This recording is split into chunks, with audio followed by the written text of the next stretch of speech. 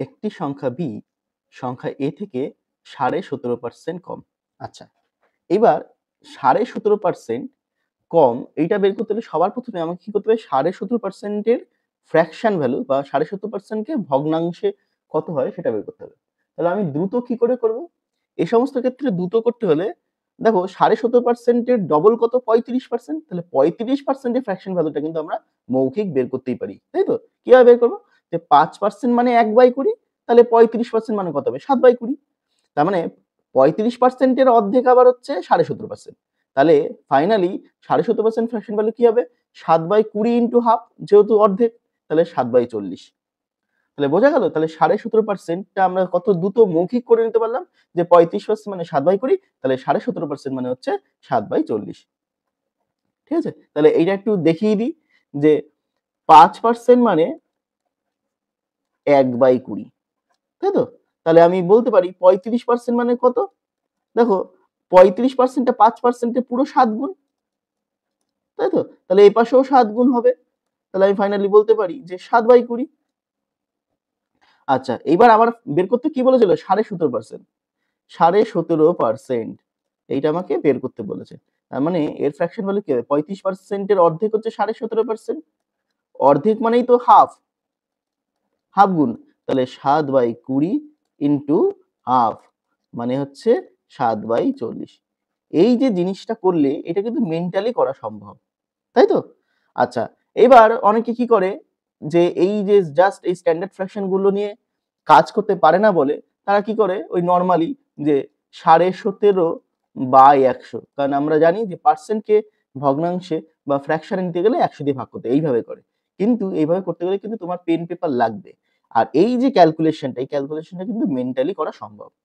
প্রথম প্রথম হয়তো একটু অসুবিধা হবে, কিন্তু একবার যখন অভ্যস্ত হয়ে যাবে তখন কিন্তু এটা বেস্ট এইভাবে করাটা।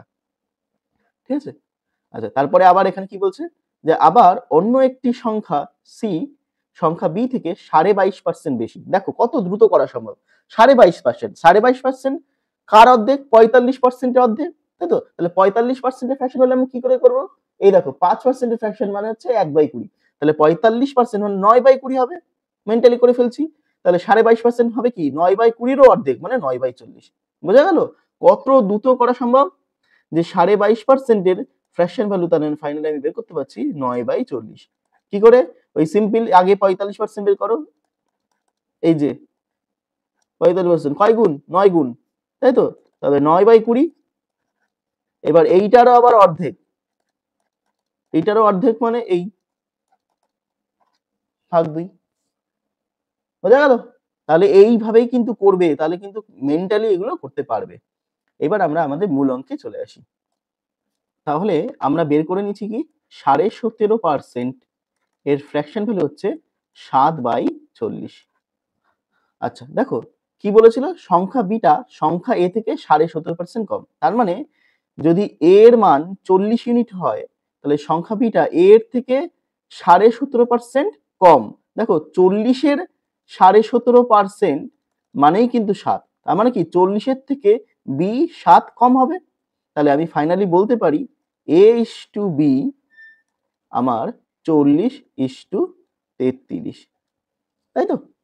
আবার পরের লাইনে চলে আসি, আবার অন্য একটি সংখ্যা সি সংখ্যা বি থেকে 22.5% বেশি। দেখো 22.5% ফ্র্যাকশন ভ্যালুটা আমরা বের করে নিয়েছিলাম 9/40,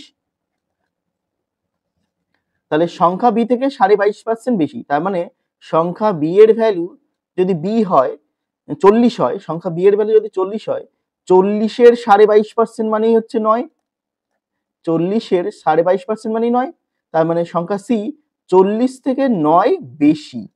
তাহলে আমি বলতে পারি বি ইস টু সি হচ্ছে 40:49। বোঝা গেল? তাহলে সবচেয়ে বেশি ইম্পর্টেন্ট কিন্তু এই যে 7/40 আর 9/40, এই ফ্র্যাকশন ভ্যালুগুলো কিন্তু কে কত দ্রুত বের করতে পারছে। ঠিক আছে, এবার মজার ব্যাপার দেখো, প্রথম রেশিওতে সংখ্যা বি এর মান 33 ইউনিট, আর দ্বিতীয় রেশিওতে সংখ্যা বি এর মান 40 ইউনিট। তার মানে সংখ্যা বি এর মান দু জায়গায় দু রকম। তাহলে আমাকে কি করতে হবে, সংখ্যা বি এর মানটা সমান করতে হবে। তাহলে সমান করতে হলে প্রথম অনুপাতটাকে আমরা কি করছি, 40 দিয়ে গুণ করলাম, 33 ছিল আর এখানে 40, তাহলে এটাকে 40 দিয়ে গুণ করলাম। আর দ্বিতীয় অনুপাতকে আমরা 33 দিয়ে গুণ করছি। দেখো এটাকে 40 দিয়ে গুণ করলাম আর এটাকে 33 দিয়ে গুণ করলাম, তাহলে সমান হয়ে গেল।